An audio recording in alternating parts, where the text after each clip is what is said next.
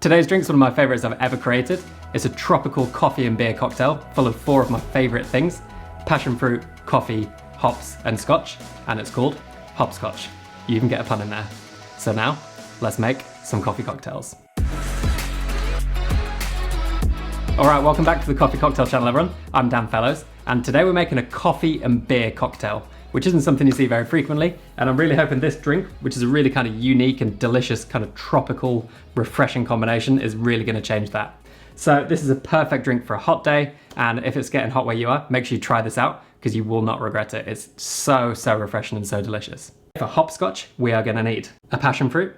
Then the spirit base is going to be the Glenfiddich IPA Experiment whiskey, which is actually finished in IPA casks. But if you can't get this, you can use something that's kind of zesty and a little bit hoppy, and you'll get a really similar result, but this is perfect for the drink. We're going to need freshly squeezed lemon juice, 2:1 caster sugar syrup. I'm using Monin, but you could also make your own for this and get similar results. Coffee saccharum liqueur, made using a coffee that's kind of fruit forward and a little bit tropical. Saline solution, made with 1 part salt to 5 parts water. And then finally a tropical IPA, such as the Club Tropica from Tiny Rebel Brewing. You also want to get your highball glass in the freezer, ready to serve. And now we're going to shake up hopscotch. So we're starting with our passion fruit, and the first thing we want to do is scoop out the fruit from one of our passion fruit shells.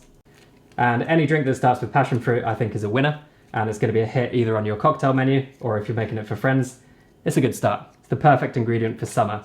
So this half we can get rid of, this half we're going to save for later. To this we're going to add our spirit base, and I'm going with 30 ml of Glenfiddich IPA Experiment whiskey. So this is actually finished in IPA casks, and it's kind of a form of seasoning the whiskey, giving it a really nice kind of bold and zesty and kind of fruity character. And this is really good in the drink. If you can't find this, you could use something with kind of similar characteristics. A little bit of kind of citric acidity and that vibrancy and zing is going to work really nicely. But if you can get hold of this, A, is super delicious, and B, it works perfectly in this drink. To 30 ml of whiskey, we're going to add our citric acidity in the form of 20 ml of freshly squeezed lemon juice. And this is going to bring, obviously, acidity and vibrancy to complement the whiskey. And then we're going to balance this with 10 ml of 2:1 cane or caster sugar syrup. So I'm using Monin syrup, which is a 2:1, but you could also use this by making 2 parts caster sugar to 1 part boiling water, mixing it together, and you get a similar result. Next up, we're going 20 ml of coffee saccharum liqueur.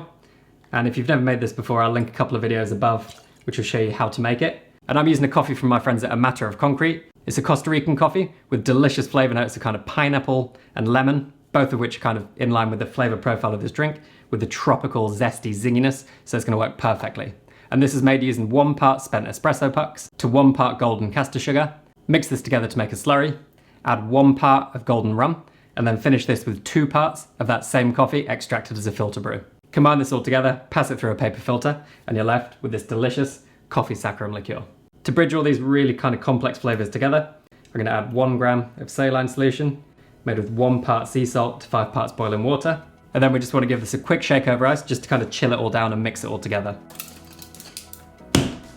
Like so.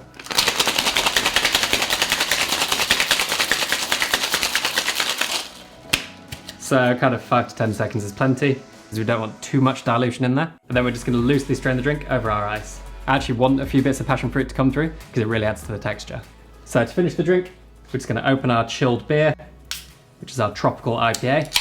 And this is kind of like Lilt, if you've ever tried that before. I think it's just been discontinued, but it's really kind of tropical, complex, and you just want to add it quite slowly so it doesn't foam over. And then to finish the drink, you just want to kind of poke a hole through the remaining passion fruit shell, pop through your straw, and then that is your garnish. And just give it a little mix together as you add your straw. And there we have hopscotch. Cheers, everybody. It's the perfect summer drink. Like, the weather's not great in the UK, but it is going to be pretty soon, and I'm going to be smashing this all summer long. It's kind of tropical and zingy. You got the kind of hops in there, got some vibrancy, sweet and sour, but also lots of coffee coming through. Just enough whiskey to know it's a whiskey cocktail, just enough beer to know it's a beer cocktail without being kind of overly sparkling.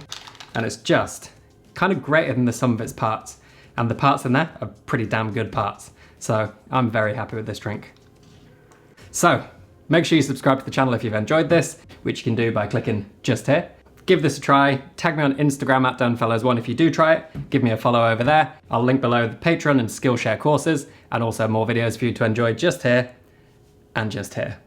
I'm gonna go back to this, and I'll see you soon. Cheers, everyone.